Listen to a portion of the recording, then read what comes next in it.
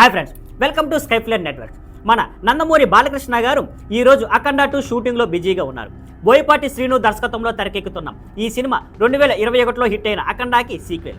అఖండ 2 shooting పూర్తయ్యాక బాలకృష్ణ తన తదుపరి ప్రాజెక్టులో డైరెక్టర్ గోపీచంద్ మలినేనితో కలిసి పనిచేయనున్నారు. వీరు 2023లో వీరసింహారెడ్డితో మంచి కెమిస్ట్రీ చూపించారు. గోపీచంద్ మలినేని ఇటీవల బాలీవుడ్లో జాట్ మూవీ ద్వారా అడుగుపెట్టారు. ఇప్పుడు ఈ కొత్త ప్రాజెక్టుకి చాలా ఎక్కువ శ్రద్ధతో పనిచేస్తున్నారు.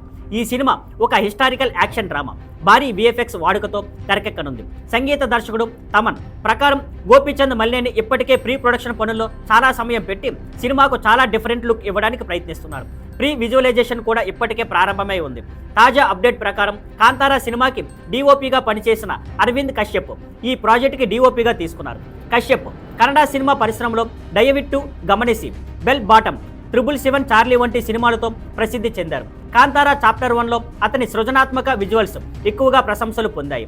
అతని జోడింపు ఎన్బీకే 111కి ఒక స్ట్రాంగ్ విజువల్ ఎడ్జ్ ఇస్తుందని అనుకుంటున్నారు.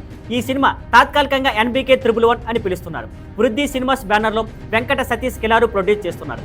మేకర్స్ ప్లాన్ ప్రకారం ఫిల్మ్ను అక్టోబర్ 24 అధికారికంగా లాంచ్ చేయనున్నారు. మరిన్ని అప్డేట్స్ కోసం స్కైఫ్లైన్ నెట్వర్క్స్లో మళ్ళీ కలుద్దాం. See you on Skyfline networks. Thank you for watching. Please like, share and subscribe.